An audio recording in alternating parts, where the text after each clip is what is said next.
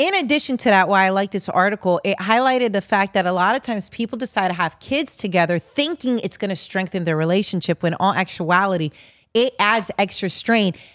And when you realize you don't share the same core values with this person, now you have a family, it is really going to get rough. It's going to be hard. Nessa, you're married? Yes. Is there anything that prepared you for marriage that you think everyone should do before they get married?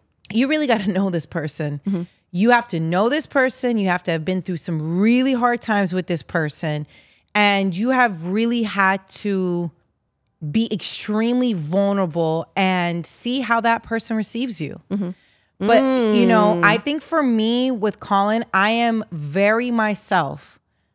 Be it my insecurities, be it my passion for work, be it my neuroses. Sure. My dreams, my aspirations, what I love, what I hate. Germaphobe. I'm a germaphobe. My annoyances for that and all that. And he takes me for who I am, how I am, and loves me in all of me for all that I have to offer.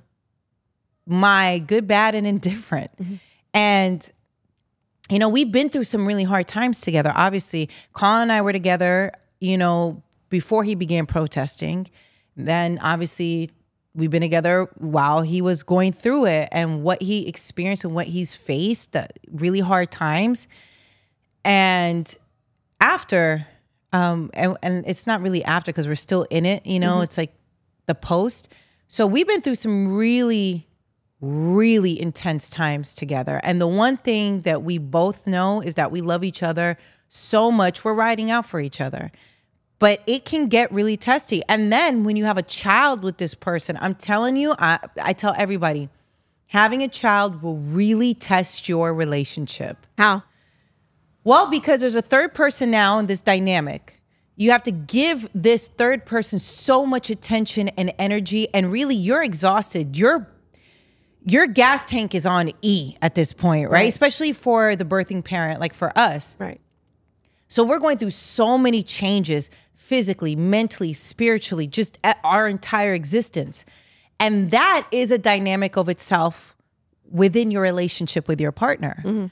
So your child needs a lot of work and attention. And it is nonstop and it is tedious. And, you know, parents don't want to, you know, obviously you don't want your child to feel bad. Like, man, it's exhausting. You are a lot of work. But the reality is parents have a lot of work when they're taking care of their child. And because of all that work, you're going to get annoyed with your partner here and there. Like, how come you didn't do this? I just changed a diaper. I just did it for the past 3 days. Can you help me? Are you going to do this? Where are you going? You're going to leave me with the baby just to handle it myself. There's so many things that happen during that time period. So if you don't have a solid foundation, I'm talking about going through the real hard times together, more than likely having a child is going to expose the weaker parts of your relationship, and either you strengthen it or you don't. That's why you hear a lot of these stories about people who have a child, then they break up. Right.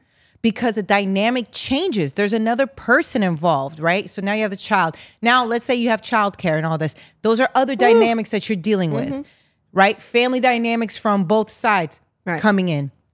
All these things play a part into it. So I love that this article on CNBC really discussed that. And, you know, I think it's important to know before you decide to expand and have a family, you might want to think about your core values, what matters to you, and are you in alignment with the person you plan to be with and have a family with?